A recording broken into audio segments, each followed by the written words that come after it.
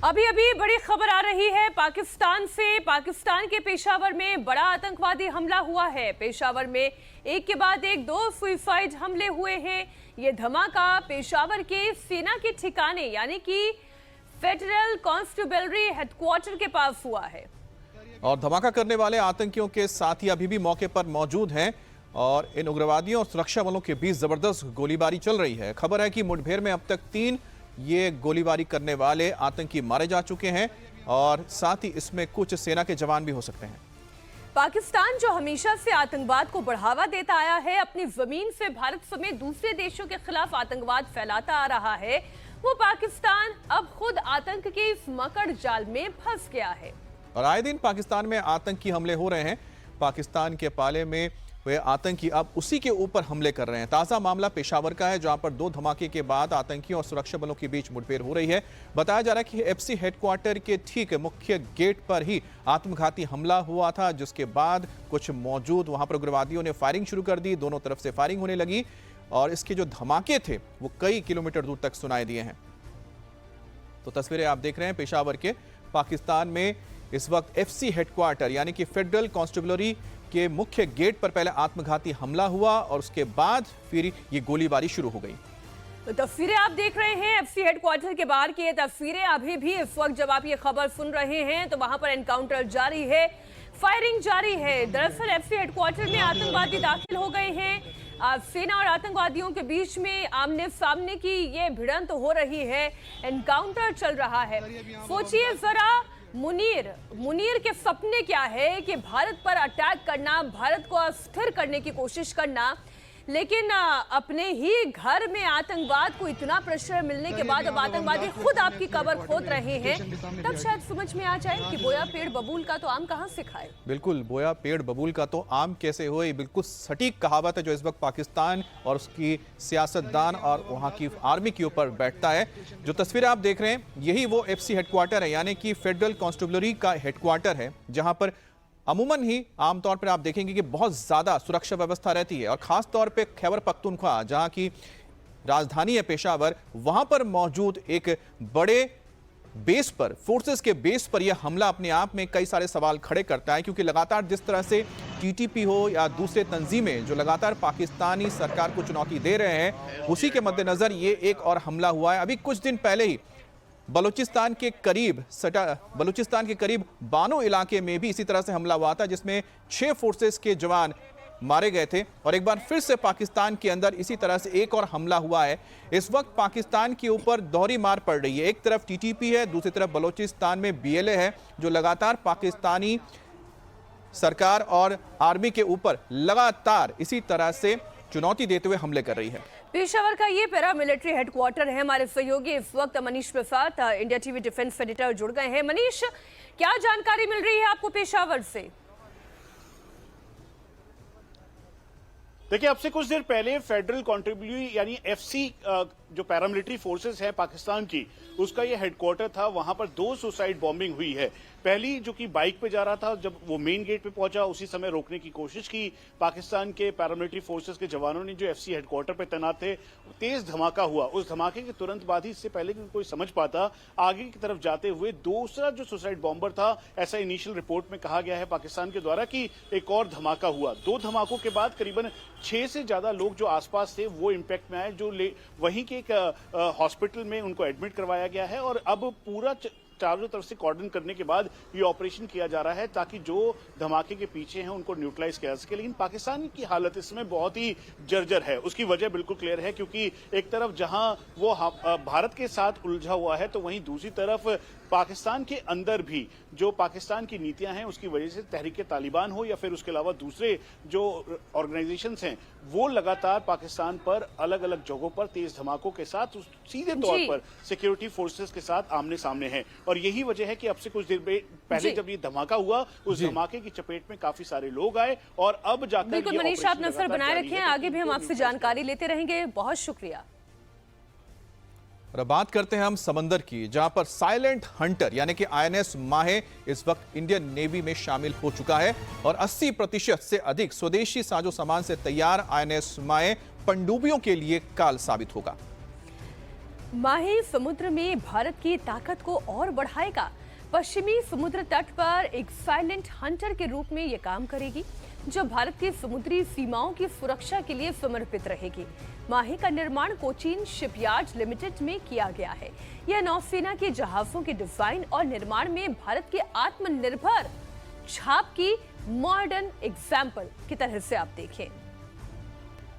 ये तस्वीरें आप देख रहे हैं, आईएनएस माहे को अब भारतीय नौसेना में शामिल कर लिया गया है और इसी तरह के कई और जहाज भी भारतीय नेवी में शामिल होने जा रहे हैं। और ये जहाज छोटा होते हुए बहुत शक्तिशाली और सटीकता से अपने काम को अंजाम देता है। अपनी मारक क्षमता, चालबाजी और गतिशीलता के साथ इस जहाज को पनडुब्बियों का पता लगाने और समुद्री मार्गों को सुरक्षित करने के लिए डिजाइन किया गया है। मालाबार तट पर स्थित ऐतिहासिक तटीय शहर माहे के नाम पर ही इसी जहाज का नाम रखा गया है। इस जहाज में पूरी तरह से स्वदेशी हथियार और सेंसर है।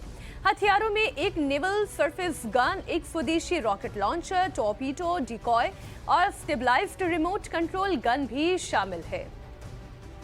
अरब सागर में ये साइलेंट हंटर दुश्मन जरा बचकर। और हमारे साथ संवाददाता साकेत राय भी जुड़ गए हैं। साकेत, इस जहाज के बारे में और क्या जानकारी आप दे सकते हैं? किन खूबियों से ये लैस है? बिल्कुल, हमें देखिए, इसे आईएनएस माहे को भारतीय नौसेना का साइलेंट किलर कहा जाता है। और इसके पीछे का कारण क्या है, मैं आपको सीधा आईएनएस माहे को दिखाते हुए बताता हूं। आईएनएस माहे दुश्मन के लिए क्यों घातक है, इसके पीछे इसकी वजह आप सामने देखिए कि ये आईएनएस माहे खुद है। ये इतना छोटा है, इसका कद इतना छोटा है कि हम जो कहते हैं ना कि देखन में छोटन लागे घाव करत गंभीर, आईएनएस माहे भी कुछ इसी प्रकार से इक्विप तरीके से बनाया गया है। आप फ्रंट व्यू देख रहे हैं इस वक्त ये आईएनएस माहे का। इस पर आप जो सामने की तरफ, एक तरफ तो आप डीआरडीओ द्वारा अभय रडार सिस्टम जो बहुत ही डेवलप तरीके से बनाया गया है फिलहाल की भारतीय प्रणालियों को उपयोग करके, क्योंकि प्रधानमंत्री मोदी ने मेक इन इंडिया का नारा दिया था, तो इस पूरे जहाज को बनाने में लगभग 80% से ज़्यादा इक्विपमेंट्स भारतीय हैं। वहीं दूसरी तरफ आपको इसके फ्रंटल व्यू पर मैं आपको दिखाना चाहूँगा कि एंटी सबमरीन रॉकेट लॉन्चर्स लगे हुए हैं। ये 12 रॉकेट लॉन्चर्स सीधा दुश्मन पर प्रहार करते हैं और ये प्रहार इतने घातक होते हैं कि बहुत ही आसानी से किसी भी दुश्मन जहाज की पनडुब्बी को ट्रैक किया जा सकता है और उसे न्यूट्रलाइज किया जा सकता है। उसके अलावा पुराने समय में अगर आप देखें तो जो जितने भी बोट्स या पनडुब्बियाँ बनती थी उस पर ऑटोमेटिक मशीन गन्स नहीं होती थी, लेकिन इस वक्त यहाँ जो मशीन गन आप देख रहे हैं ये ऑटोमेटिक और रिमोट कंट्रोल से चलने वाली 30 mm की गन है। इसके अलावा आईएनएस माहे जिस तरीके से, जिस अत्याधुनिक प्रणाली का उपयोग करके जिस तरीके से इसे बनाया गया है, उथले पानी में भी इसे पूरी तरीके से इस संरचना में रखा गया है कि किसी भी परिस्थिति में अगर कोई सिचुएशन आती है तो रेस्क्यू ऑपरेशंस भी ठीक तरीके से किए जाएं। पैरेट्स अटैक होते हैं तो उस सिचुएशन में भी आईएनएस माहे बेहद कारगर साबित होगा भारतीय नौसेना के लिए। इसके अलावा इसका जो पिछला हिस्सा है वहाँ पर 2 मल्टीलेयर्स टॉर्पीडो लॉन्चर्स रखे गए हैं, यानी कि 2 लेयर की 2 टॉर्पीडो लॉन्चर्स हैं और एक बार में 6 टॉर्पीडोज लॉन्च किए जा सकते हैं। और उसके ठीक ऊपर अगर आप पिछले हिस्से में देखें तो आप साकेत, आपने बहुत ही डिकॉय सिस्टम विस्तार से हमें माहे के बारे में, आईएनएस माहे के बारे में जानकारी दी है। और साथ ही साथ आप जिस माहे को देख रहे हैं ना, देखन में छोटा लागे लेकिन घाव करे गंभीर, इसीलिए कहा जा रहा है कि है तो बहुत छोटा लेकिन घाव बहुत गंभीर करता जा। साकेत बता रहे हैं सबसे बड़ी बात है कि अगर कोई पनडुब्बी बहुत ही हमारे समुद्र सीमा के बहुत करीब आ जाता है, मुंबई के बहुत करीब भी आ जाए, तो भी उस कम पानी में ये काम कर सकता है, उसको मार के गिरा सकता है। बिल्कुल। रक्षा मंत्री राजनाथ सिंह ने इस बीच एक बयान दिया है जिसकी वजह से पाकिस्तान में खलबली मची हुई है। राजनाथ सिंह ने दिल्ली में सिंधी समाज के को जो वो संबोधन दे रहे थे, इस कार्यक्रम में वो मौजूद थे, इस दौरान एक बड़ी बात कही। राजनाथ सिंह ने कहा कि सभ्यता के हिसाब से सिंध हमेशा भारत का हिस्सा रहेगा। जहां तक जमीन की बात है तो बॉर्डर बदल सकते हैं, कौन जानता है कल सिंध फिर से भारत में वापस आ सकता है। राजनाथ सिंह के इसी बयान के बाद से पाकिस्तान में जबरदस्त खलबली है। अडवाणी जी ने अपनी एक पुस्तक में लिखा है कि सिंधी हिंदू और विशेषकर उनकी पीढ़ी के लोग अभी भी भारत से सिंध को अलग करने की बात को स्वीकार नहीं कर पाए हैं। न केवल सिंध में बल्कि पूरे भारत में हिंदू सिंधु नदी को पवित्र मानते थे। सिंध के कई मुसलमान भी मानते थे कि सिंधु का जल मक्का के आबे जमजम से कम पवित्र नहीं है। आज सिंध की भूमि, मेरे बहनों भाइयों, यह भारत का हिस्सा भले ही न हो, लेकिन सभ्यतागत रूप से सिंध हमेशा भारत का हिस्सा रहेगा। और जहां तक जमीन की बात है तो बॉर्डर्स तो बदल सकते हैं, क्या पता कल को सिंध भारत में फिर से वापस आ जाए। सिंध के हमारे लोग जिन्होंने सिंधु नदी को पवित्र माना है, हमेशा हमारे वो अपने रहेंगे, वो चाहे कहीं भी हों, हमेशा अपने रहेंगे। और अगली खबर यूपी के संभल से है। संभल दंगे की पहली बरसी पर आज संभल में फ्लैग मार्च निकाला गया, जहां शाही जामा मस्जिद के बाहर भारी तादाद में पुलिस फोर्स तैनात की गई है। रैपिड एक्शन फोर्स को भी तैनात किया गया है। संभल के डीएम ने आशंका जताई है कि हिंसा का 1 साल पूरा होने पर अशांति फैलाने की कोशिश हो सकती है, लिहाजा पूरे संभल को पुलिस छावनी में तब्दील कर दिया गया है। खास तौर पर जामा मस्जिद पर खास सुरक्षा लगाई गई है।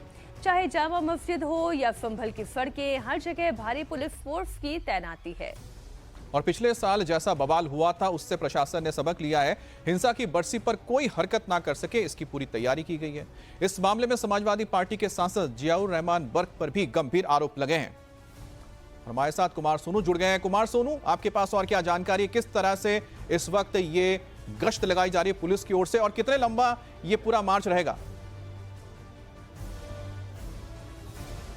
देखिए, ये चौधरी सराय चौकी से जो है पूरा मार्च शुरू हुआ है। आपको तस्वीरें दिखा दे, जो इस वक्त संभल पुलिस है वो पैदल मार्च कर रही है, फ्लैग मार्च कर रही है, और ये जो संभल के एसपी हैं वो इस पैदल मार्च में शामिल हैं। जो डीएम हैं वो इस पैदल मार्च का हिस्सा है। दरअसल पिछले साल 24 नवंबर को जो है संभल में हिंसा हुई थी, जिसके बाद जो है हिंसा इतनी भड़की थी कि पूरे मामले की जो है जांच शुरू हो गई थी और इसमें कई गिरफ्तारियां भी हुई थी। हमारे साथ संभल के एसपी भी जो है जुड़ेंगे, उनसे भी बात करते हैं। सर, 24 तारीख पिछले साल की, आप खुद उस बात के गवाह थे, क्या लग रहा है इस बार क्या कुछ व्यवस्था की है ताकि माहौल जो है बना रहे, लॉ एंड ऑर्डर ना भी? 1 साल पहले इसी समय पे संभल पुलिस के जवान हम स्वयं गोलियां और पत्थरों के बीच में इन लोगों से जूझ रहे थे। आज 1 साल बाद उन सभी मुकदमों के अंदर 12 मुकदमे लिखे गए थे, उसमें 133 लोगों को गिरफ्तार करके जेल भेजा गया और उन सभी में ट्रायल भी शुरू कर दी गई है। आज़ादी के बाद कुल 17 दंगे यहाँ पे हुए हैं, जिसके अंदर किसी में भी अभी तक सजा नहीं हुई है किसी भी व्यक्ति को। तो हमारा प्रयास है कि पहली बार एक ऐसी नज़ीर पेश की जाए, क्योंकि अच्छे साक्ष्यों के साथ में इन्वेस्टिगेशन किया गया है, उन सभी में उन लोगों को सजाएं हों। सजा दिलवाने के लिए संभल पुलिस के द्वारा सभी केसेस के अंदर प्रभावी पैरवी भी की जा रही है। उसके साथ साथ भविष्य में इस तरीके की घटना की भी पुनरावृत्ति ना हो, उसके लिए इंफ्रास्ट्रक्चरल चेंजेस बहुत सारे किए गए हैं। उसमें हमने यहाँ पे जनपद भर में 37 पुलिस चौकियाँ खोली हैं, उसके साथ में 5 आउटपोस्ट खोली हैं जो जनपद में एंट्री एग्जिट उन सब पे नज़र रखती है। उसके अलावा यहाँ पे कैमरों का एक ऐसा जाल बनाया है जो जनपद के अंदर एंट्री के ANPR प्लेट्स के साथ में, PTZ कैमरों के साथ में, और 24/7 इनकी ऑडियो वीडियो रिकॉर्डिंग प्रत्येक चौराहे की, महत्वपूर्ण चौराहों की करते रहे, ताकि कोई भी व्यक्ति का मूवमेंट है, गैदरिंग है, वो भी पता चलती रहे। तो जो लोग सुरक्षा में विश्वास करते हैं, जो लोग संभल पुलिस में विश्वास करते हैं, उन लोगों के लिए बहुत ही अच्छा शांतिपूर्वक माहौल है वो बना है। और जो उपद्रवी हैं, जो अवांछनीय तत्व हैं, मुझे लगता है वो इस शहर को छोड़ के जा चुके हैं। सर, बरसी पे किस तरह की व्यवस्था की गई है? कितने सेक्टर में जो है संभल को बांटा गया है? कितनी फोर्स जो है वो तैनात? 16 मजिस्ट्रेट तैनात किए गए हैं, उनके कॉरस्पॉन्डिंग पुलिस ऑफिसर्स भी तैनात किए गए हैं। उसके साथ साथ ड्रोन से सभी जगह पर निगरानी रखी जा रही है और मैं उम्मीद करता हूं कि किसी प्रकार का कोई अनटोवर्ड इंसिडेंट है वो प्रकाश में नहीं आएगा। जनपद संभल में मुझे लगता है जिस तरीके से आप आर्मर्ड वायर वगैरह देख रहे हैं, करीबन 170 करोड़ रुपए की बिजली की चोरी पिछले साल भर के अंदर पुलिस के द्वारा बचाई गई है। पुलिस के द्वारा मेहनत करके बिजली विभाग के साथ में इस तरीके की एक ऐसी कार्रवाई की गई है ताकि प्रत्येक व्यक्ति के मन में कानून व्यवस्था के प्रति, जो सरकार की जो सुविधाएं हैं, उन सब के प्रति एक सम्मान का भाव भी बढ़े और एक अच्छे नागरिक के रूप में जीवन जीने के लिए सभी लोग आज के दिन तत्पर हैं। आपका भी बड़ा अथक प्रयास रहा। सत्यव्रत चौकी जो है आप लोगों ने 100 दिन में बना दी। ATS के दफ्तर का जो है शुभारंभ हो गया यूपी शासन के द्वारा। ATS की जो सत्यव्रत चौकी है उसकी डिमांड 1978 राइट्स के बाद में ही हो रही है, क्योंकि ये हमेशा कोई भी इंसिडेंट होता है उसका एपिसेंटर रहा है, लेकिन यहाँ कभी किसी ने चौकी बनने नहीं दी। लेकिन इस बार अथक प्रयासों के बाद में बहुत ही कम समय के अंदर ये सत्यव्रत चौकी है, ये अपने आप में रियलिटी में आप उसको देख सकते हैं। उसके साथ साथ जो ATS ये सारी तैयारियां तो कुमार हमें दिखाई दे रही हैं, पुलिस का ये मार्च भी दिखाई दे रहा है, लेकिन आसपास का माहौल क्या है, जरा वो भी तस्वीरों में आप जरूर दिखाएं। एटीएस ऑलरेडी ऑपरेशनल है। यहाँ पे विभिन्न प्रकार की गतिविधियां हैं, उनकी पैनी नजर है, वो एटीएस बनाए हुए हैं। बिल्कुल, आप तस्वीरें देखें मीनाक्षी की इस वक्त जो पैदल मार्च है वो हो रहा है। दरअसल ये दीपा सराय का वो सेंसिटिव इलाका है जहां पर पिछले साल हिंसा भड़की थी और जामा मस्जिद के आसपास का ये पूरा इलाका है, खासतौर पर मुस्लिम बाहुल इलाका है। और आपको बता दूं कि जामा मस्जिद के ठीक सामने सत्यव्रत चौकी बनाई गई है, जो कि महज 100 दिन में बनाई गई, क्योंकि लगातार लंबे अरसे से जो है चौकी की जरूरत थी पुलिस महकमे को। और उसके बाद एटीएस के दफ्तर की भी शुरुआत यहाँ पे हुई, एटीएस की यूनिट की शुरुआत यहाँ पे हुई यूपी शासन के आदेश के बाद। और तस्वीरें आप देख रहे हैं, 16 सेक्टर्स में जो है पूरे संभल को बांटा गया है, जिनकी हर सेक्टर की अध्यक्षता जो है वो एसडीएम लेवल का एक अधिकारी कर रहा है। साथ ही साथ जो उसके सबॉर्डिनेट हैं, पुलिसकर्मी हैं, वो वहां पर तैनात किए गए हैं। ड्रोन कैमरे से नजर रखी जा रही है। 750 से ज्यादा जो कैमरे हैं वो इंस्टॉल किए गए हैं। उनका जो पूरा इंटीग्रेटेड कंट्रोल रूम जो है वो सत्यव्रत चौकी के अंदर बनाया गया है, ताकि एक एक शख्स की मूवमेंट पर पुलिस जो है नजर रख सके। किसी तरह से माहौल कोई बिगाड़ने की कोशिश करता है तो पुलिस उस पर कार्रवाई कर सके। इन कैमरे की क्वालिटी इतनी अच्छी है मीनाक्षी, आप यकीन कीजिए कि अगर इन कैमरे में कोई शख्स दिख रहा है तो उसकी पॉकेट में पेन किस कंपनी का रखा है वो तक भी जो है पुलिस साफ साफ देख सकती है। तो इतनी बढ़िया क्वालिटी के हैं। फिलहाल आप देखें कि ये पैदल मार्च जो है वो किया जा रहा है, फ्लैग मार्च किया जा रहा है, ताकि माहौल ना बिगाड़ सके कोई भी दंगों की बरसी पर। और ये लेकिन कुमार, ये भी हकीकत है कि इस पूरे मामले में जो 70 आरोपी हैं अभी भी वो जेल के अंदर बंद है। क्या उन्हें छुड़ाने के लिए या उनके समर्थन में किसी तरीके की रैली, किसी तरीके का प्रदर्शन, क्या कोई तैयारी दूसरे पक्ष से ऐसी सुनने में आई या की जा रही है? देखिए, किसी तरह का कोई कैंडल मार्च, कोई प्रदर्शन जो है वो नहीं है संभल में, क्योंकि पुलिस और प्रशासन की तरफ से ये साफ कर दिया गया था कि अगर कोई भी शख्स जो है अगर असामाजिक गतिविधियों में शामिल होगा तो उसके खिलाफ कार्रवाई की जाएगी। रही बात पुलिस की, तो पुलिस जो है पूरे मामले की जांच में जुटी है। जैसा खुद संभल के एसपी के बिश्नोई ने बताया कि 133 के करीब लोगों को जेल भेजा जा चुका है। 12 अलग अलग इसमें एफआईआर हुई थी। कई सीसीटीवी फुटेज जो है पुलिस ने रिकवर किए थे। कई व्हाट्सएप चैट, कई जो दूसरी चैट है वो पुलिस ने रिकवर की थी। फिलहाल सोशल मीडिया पर जो है मीनाक्षी पुलिस नजर बनाए हुए, ताकि संभल की जो स्थिति और इंडिया टीवी की भी पूरी नजर बनी हुई है हर गतिविधि पर, हर खबर पर। बहुत शुक्रिया कुमार आपका भी इस पूरी जानकारी के लिए। और अभी खबर आपको बताएं कि दंगाइयों पर सख्ती तो हो रही है, लेकिन वहीं साथ में अवैध निर्माण पर भी बुलडोजर एक्शन चल रहा है। यूपी से लेकर गुजरात तक बुलडोजर जबरदस्त फॉर्म में है। और बड़ी खबर अहमदाबाद से इस वक्त आ रही है, जहां किशनपुर में भी शुरू हुई है बुलडोजर की कार्रवाई और 925 अवैध निर्माणों को गिराने का काम फिर से शुरू हो चुका है। चंडोला झील के किनारे अवैध निर्माण हटाने का काम फिर से शुरू कर दिया गया है। अहमदाबाद नगर निगम और पुलिस की यह कार्रवाई चल रही है। झील के किनारे की जमीन पर करीब 925 अवैध मकान बने हैं, जिन्हें खाली कराने का नोटिस दिया गया था। तय मियाद पूरी हो जाने के बाद नगर निगम की टीम दल बल के साथ पहुंची। 16 बुलडोजर को ध्वस्तीकरण के काम में लगाया गया है। और पिछले महीने भी यहां पर बुलडोजर एक्शन हुआ था, उसके बाद दीपावली की वजह से इसे रोक दिया गया। अब एक बार फिर से प्रशासन ने यहां पर अवैध निर्माण को गिराने का काम शुरू कर दिया है। और यहां पर आप देख सकते हैं कि जो मशीनें हैं लगातार काम करती नजर आ रही हैं। ये जो डिमोलिशन की कार्यवाही आज हमने शुरू की हुई है, इसके लिए पहले हमने नोटिस दिया था और प्रॉपर टाइम भी दिया इवैक्यूएशन करने के लिए। इस कार्यवाही में हमारी अहमदाबाद म्यूनिसिपल कॉरपोरेशन के 4 जोन की टीम इसमें संलग्न है। पुलिस डिपार्टमेंट का भी हमको पूरा साथ है। तो police department and Ahmedabad municipal corporation दोनों साथ में मिलके ये सब हम कार्यवाही कर रहे हैं। अभी 30% जो एरिया है इसमें ये एनक्रोचमेंट है, तो ये एनक्रोचमेंट को दूर करने के लिए 8 जेसीबी है, 8 हिटाची है और जो हमारा जो वाहन है वो भी है, मेडिकल टीम है, फायर की टीम साथ में है। 925 जो रहने वाले हैं, इसमें हम 10 लोग जो है वो हाईकोर्ट में गए तो इसका हम नहीं इसको टच करेंगे। बाकी सब जो भी स्ट्रक्चर है वो हम आज दूर करने का हमारा इरादा है। तो अहमदाबाद की पूरी खबर और तस्वीरें आपके सामने। हसनपुर इलाके में बुलडोजर एक्शन हुआ। 925 अवैध मकानों को गिराने का काम शुरू हुआ। चंडोला झील इलाके में मकानों के ध्वस्तीकरण की प्रक्रिया जारी है। नोटिस पहले दिया गया था, लेकिन मियाद खत्म हो जाने के बाद भी जब कोई एक्शन नहीं हुआ तो फिर बुलडोजर ने एक्शन दिखाना शुरू किया और 925 अवैध मकानों को गिराया जा रहा है। पिछले महीने भी यहाँ पर एक्शन हुआ था। अभी आपने डीएमसी कमिश्नर की बाइट सुन ली। उनका ये कहना था कि यहाँ पर एक्शन की ज़रूरत थी, अवैध निर्माण था और इसलिए तय मानक के आधार पर ही एक्शन लिया जा रहा है। और चंडोला लेक जो आप पीछे देख सकते हैं, तो लेक के आसपास की जो जमीन थी उस पर अवैध कब्जा किया गया था। ऐसे करीब 925 अवैध निर्माणों को चिन्हित किया गया, जिसके बाद इसे गिराने का काम शुरू हुआ है। खबर पश्चिम बंगाल से, जहां एफआईआर को लेकर बांग्लादेशी घुसपैठियों में हड़कंप मचा हुआ है।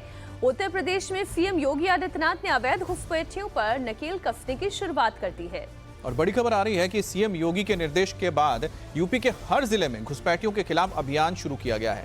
यूपी से सटे नेपाल बॉर्डर पर खुफिया एजेंसियां पूरी तरह से अलर्ट हैं। प्रदेश के सभी जिलों में चेकिंग अभियान चलाया जा रहा है और हर जिले के डीएम और एसपी दस्तावेजों की जांच कर रहे हैं और बाहर से आकर काम करने वाले और किराएदारों के भी डॉक्यूमेंट्स को फिर से चेक किया जा रहा है। योगी आदित्यनाथ ने उत्तर प्रदेश के हर जिले में डिटेंशन सेंटर बनाने का निर्देश दिया है, ताकि जितने भी घुसपैठिए पकड़े जाएं उन्हें डिटेंशन सेंटर में रखा जा सके।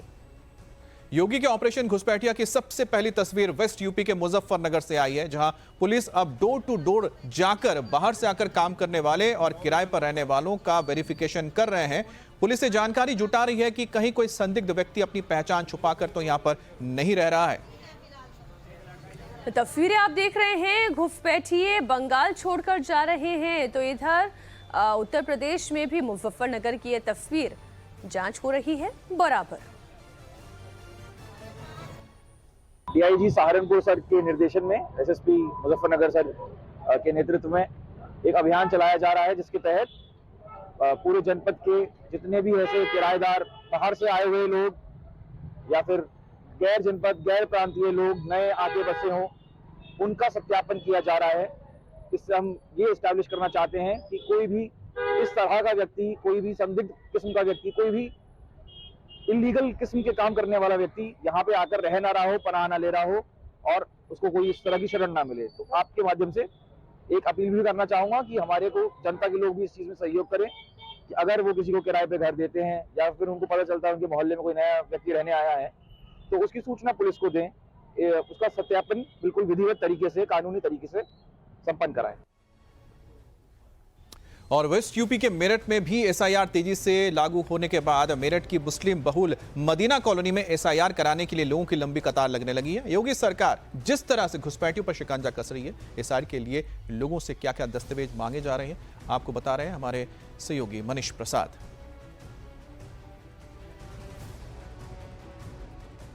हम इस समय मेरठ के मदीना कॉलोनी में हैं। यहाँ पर जो ब्लॉक लेवल ऑफिसर्स हैं वो अलग अलग जगहों पर जा रहे हैं और जो एसआईआर के फॉर्म्स हैं वो भरे जा रहे हैं। क्या नाम है आपका? मेरा नाम अकबर है। अकबर जी, आप यहाँ पर एसआईआर के लिए क्या क्या डॉक्यूमेंट लेकर आए हैं, क्या भरवाने के लिए आए हैं यहाँ पर? मैं तो अपना पहचान पत्र, आधार कार्ड लेकर के आया हूँ, जो यहाँ का मेरा बना हुआ है। यही जब से मेरी बोर्ड पड़ती है, ये मेरे ये फोटो लगा दिया इसमें, आज ये मैं भरवा लूंगा। और क्या पहले आपका कहीं और था या फिर अभी से आके वेरीफाई करवाने के लिए आए हैं यहाँ पर? नहीं, पहले तो मैं जब से ही मैं यहाँ आया हूँ, नहीं मैं सब पहले दिल्ली था, वहाँ सब कटवा के बोर्ड जा रही मेरी। तो मैं तो यहाँ जब से यहाँ आया हूँ, मेरी ये बान में से मेरा फिर बेटा रहता था, अभी बच्चे रहते थे, वहाँ मैं काम करता था, वो तो यहाँ आ जाता था मैं। तो बोर्ड मेरी यहीं पड़ती है जब से। तो सब वेरीफाई करवाने आए हैं आप? ये आपको कदम कैसा लग रहा है, ये सब पता लगवाना क्या ठीक लग रहा है, गलत लग रहा है? मुझे अच्छा लग रहा है। ये आदमी को वो नहीं करना चाहिए, जहाँ रहते हो वहीं का वोट डालो, वहीं डालो, यहीं पर ही मेरी बानना से। सर, आपका क्या नाम है? मेरा नाम शरीफ है। शरीफ जी, आपका एसआईआर हो गया है, कैसा कदम है ये, खासतौर पे तब जब ये, क्योंकि मुस्लिम बहुल एरिया है पूरा का पूरा, बहुत सारे लोग होंगे यहाँ पर। कदम तो सही है सरकार का और अच्छा भी है ये जैसे कि मान लिया ये करवा रहे हैं, इसके लिए ये बहुत अच्छी पहल है, अच्छी बात है। आपने अपना करवाया है? जी, क्या क्या डॉक्यूमेंट्स दिए, कैसे हुआ? हमने 2003 की जो हमारी लिस्ट की, उसके आधार पे ही हमने अपने बेटों के भरवाए हैं, जो हमारे फार्म थे पूरे होने के बाद में हमने जमा कर दिए। आपका क्या नाम है? मोहम्मद इरशाद। इरशाद, ये जो SIR है इस पर आपका क्या कहना है कि आपने अपना करवा लिया है या अभी होना बाकी है? आज होगा मेरा, आज करवाना है मुझे अपना। आज ये बेलो साहब आएंगे तो अभी उनसे फार्म लेगा, फार्म है मेरे पास में, फार्म में भरा जाएगा। ये आपको ठीक लग रहा है, उचित है, या आपको इसके लगता है कि ये ठीक नहीं है? आपकी क्या राय है इस पर? ये सही है, एक आदमी की पहचान है। जो अब इसमें बहुत सारे तरीके हैं भाई, कोई बंदा कहीं से बाहर से आ रहा है, इसमें सबकी अपनी पहचान हो जाएगी। कोई बंदा जैसा हम गांव से आके यहाँ रह रहे हैं तो हमारे यहाँ की पहचान है हमारा। और फिलहाल वक्त हो गया एक ब्रेक का। राम मंदिर के शिखर पर ध्वजारोहण पर कितनी भव्य सजी है अयोध्या नगरी, एक एक तस्वीर आपको दिखाएंगे सुबह 11:30 बजे।